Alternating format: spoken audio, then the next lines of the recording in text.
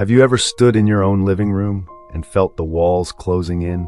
Not because your home is small, not because the space has changed, but because there's simply too much inside of it, not just objects, but years, decades. Stacks of photographs, boxes of old clothes, drawers filled with birthday cards and letters from people you no longer see. You tell yourself you'll sort it out one day, but one day turns into 1 year. And before you know it, your home doesn't feel like a sanctuary anymore. It feels like a storage unit of your past. If you've ever felt this quiet weight, you're not alone. And today I want to share with you 9 powerful decluttering methods designed especially for older adults. These aren't about organizing like a professional. They're about something deeper, releasing what no longer serves you. Stay until the very end, because hack number 9 isn't just about clearing your house. It's about freeing your heart. There's a heaviness that doesn't sit in your back or shoulders, but in your chest. It's the feeling of walking into your own home and feeling stuck. For many of us, clutter isn't just stuff. It's history. It's stories. That old sewing machine from your mother, that sweater from your late husband, the boxes of school papers from when your children were small. We don't keep these things because we need them. We keep them because letting go feels like losing a piece of ourselves. But here's the truth. Every object takes up space in your mind, not just your house. And when the house is heavy, your spirit feels heavy too. That's why these 9 methods matter. They don't force you to throw things away. They help you let go with peace. Hack 1, the visitor's test. Imagine this. A stranger walks into your home. They look around at your shelves, your closets, your drawers. Would they see a collection of treasures, or would they just see clutter? Margaret, 71, once faced this exact question. She had shelves of old photo albums. Some were fading, many were filled with duplicates, and in more than a few, she couldn't even recognize the faces anymore. She asked herself, if a stranger looked at this, would they understand why I kept it, or would it just look like dust? That single question freed her. She kept only 3 albums, her wedding, her granddaughter's first birthday, and the roses she once grew with her husband.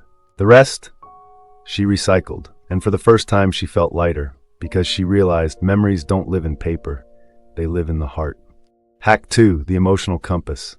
Every room has a temperature, not in degrees, but in feelings. Some rooms feel warm, others feel heavy, some make you smile, others steal your breath.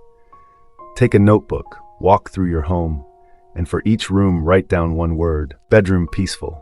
Living room, lonely. Storage room, suffocating. Then start with the heaviest room, the one that drains you most. And remember, you don't have to empty it. You only need to release one single item. Even one is enough to shift the air. Hack 3, the next 10 years. When you hold an item in your hand, don't ask, did I use this before? Ask instead, will this serve the life I want to live in the next 10 years? Eleanor, a retired teacher, had an entire garage stacked with lesson plans. For 32 years, they defined her. But when she asked herself about her future, she realized she no longer wanted to be a retired teacher. She wanted to be a grandmother, a gardener, a painter. So she let the boxes go. She kept a few precious letters from former students. The rest, she donated to a school. Her identity shifted, not backward into who she had been, but forward into who she was becoming. Hack 4, present tense belongings. Go to your closet, take each piece of clothing, and describe it in the present tense. I wear this. I enjoy this. I use this. But if the words come out in past tense, I wore this once. I used to love this. I used to fit in this. Then it belongs to another version of you. When you keep only what fits your present life, something changes. Your closet becomes calm. It reflects who you are now, not who you once were. Hack 5, the 3-pile sort. Here's a method that works quickly. Take 3 boxes. Label them. Must keep, maybe. Discard. Now go fast. No overthinking. Must keep means essential, daily use, irreplaceable. Maybe means dangerous. Items you haven't touched in over a year. Discard means immediate release. Frank, 76, tried this in his kitchen. He discovered 17 mugs, but he only drank tea from one every morning. He found 3 full sets of pots, 2 still unopened, a broken blender from 2002. In one afternoon, his cupboards were lighter, and so was he. Hack 6, the 8-minute sprint. Decluttering doesn't need hours of energy. In fact, hours often leave you exhausted. Instead, set a timer for 8 minutes. Pick one drawer, one shelf, one corner. Work only until the timer ends, then stop. 8 minutes in your bedside drawer might reveal expired medicine. 3 broken pens, a candle never lit, done.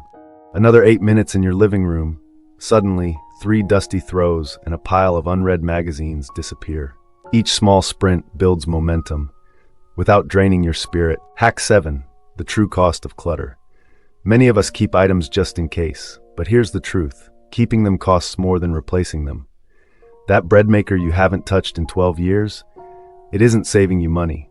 It's costing you space, peace, and energy. Ask yourself 3 questions. If I needed this again, could I buy it? How much would it really cost? And when did I last use it? Most of the time, the answers show you what's real. The space is worth far more than the object. Hack 8, the energy scale. Here's a method to cut through overthinking. Rate every item on a scale from 1 to 10. 1 means no emotional value, discard. 10 means irreplaceable, keep and honor. Everything in between? Decide quickly. You'll notice something surprising. The hardest clutter isn't the sentimental items. It's the mediocre ones. The sweater that doesn't fit, but you feel guilty discarding. The chair that's fine, but never used. When you keep only the things that bring you true energy, your home transforms. Hack 9, the gratitude farewell. This is the most powerful method of all. Before you release an item, place your hand on it and whisper, "Thank you. Thank you for keeping me warm. Thank you for holding my family's meals. Thank you for carrying a chapter of my life." One widow donated her husband's jacket by first whispering, "Thank you for every walk we shared." Instead of grief, she felt relief, because gratitude turned letting go into love. And love is never lost. In just a few days, your home can feel entirely different. Not because the walls changed, but because you did. Decluttering isn't about removing objects, it's about clearing a path for the life that's still waiting for you. So let me ask you, is there something in your home you've been holding on to? Not because you need it, but because you're afraid to let it go. Tonight, try this. Place your hand on it, whisper "thank you," and then release. Freedom doesn't come from empty shelves. It comes from the moment nothing owns you anymore. If this video spoke to you, I'd love to hear your story. Have you ever let go of something that gave you peace? Or is there still one item you hesitate to release? Share it in the comments, because your words may be the light someone else needs. And don't forget to hit subscribe and join us here on Senior Reset, a place where your stories are honored, where memories are respected, and where we clear the way for a brand new chapter. Because no matter your age, it's never too late to begin again.